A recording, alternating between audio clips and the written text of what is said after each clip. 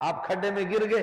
پانی میں، اور ایک رسی ہے، اس رسی کو میں نے پھینکا ہے، آپ اس کے کنارے کو پکڑو، پکڑ کر کے آپ کو کھینچیں گے، اوپر آپ کو پہنچائیں گے،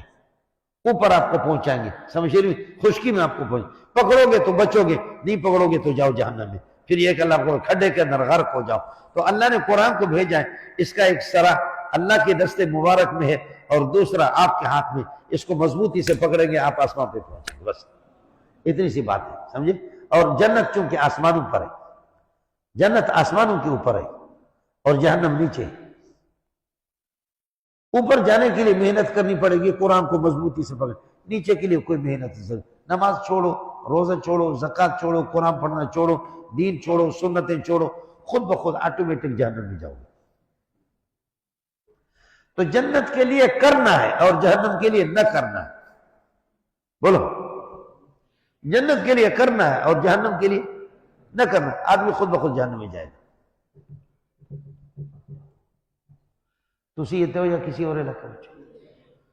تسی اتنے ہو یا کسی اور علاقے میں؟ اتنے ہو۔ اب ہم کہیں گے بِكَ نَلْتَصِقُ يَا رَبَّنَا وَبِكَ نَسْتَعِينُ، بِكَ نَلْتَصِقُ يَا رَبَّنَا وَبِكَ نَسْتَعِينُ، آپ ہی کے ساتھ چمٹ جاتے ہیں اور آپ ہی سے مدد چاہتے ہیں، سمجھے؟ افتح لنا ابواب العلوم التي فی الفاتحة، اور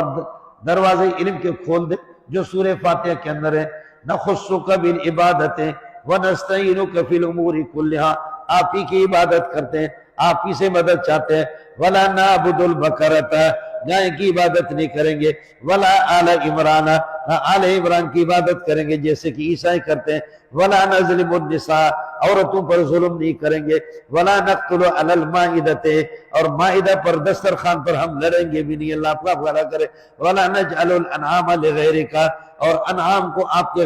غیر کے لیے نامزد نہیں کریں گے، فلا تجعلنا من اصحاب جہنم من اصحاب الاعراف ومن اصحاب الجحیم ومن الکفار، اے اللہ ہمیں اصحاب اعراف میں سے بھی نہ بنا دے اور ومن اصحاب الجحیم، اصحاب جحیم میں سے نہ بنا دے، جن کے ساتھ ہمارا جہاد ہوتا ہے ہم ان سے یہ کہ مال غنیمت لے لیتے ہیں یا ان کو قتل کرتے ہیں یا مال غنیمت لیتے ہیں، انفال آ گیا اس وقت نہیں چھوڑیں گے یہاں تک کہ توبہ کریں، حتیٰ یتوبوا توبۃ نصوحا، یہاں تک کہ توبہ کریں، اور جب توبہ کریں گے اللہ ہمارے توبہ کو بھی قبول فرما دے، وہ توبہ کریں گے تو ہم چھوڑیں گے، ہمارے توبہ کو اس طرح قبول فرما دے جیسے یونس علیہ السلام کی توبہ کو آپ نے قبول فرمایا، ہود علیہ السلام کی توبہ کو قبول فرمایا، یوسف علیہ السلام کی توبہ کو قبول فرما دیا۔ اے اللہ ہمیں توحید اور تسبیح کی توفیق عطا فرما دے، وَيُسَبِّحُ الرَّعْدُ بِحَمْدِهِ، ہمیں اصحاب الحجر کی طرف مکذبین میں سے نہ بنا دے، خدایا ہمیں بھی ہماری ہدایت کے رشد اور ہدایت کا الہام کر دے، جیسے کہ آپ یہ کہ مکھی کو یہ کہ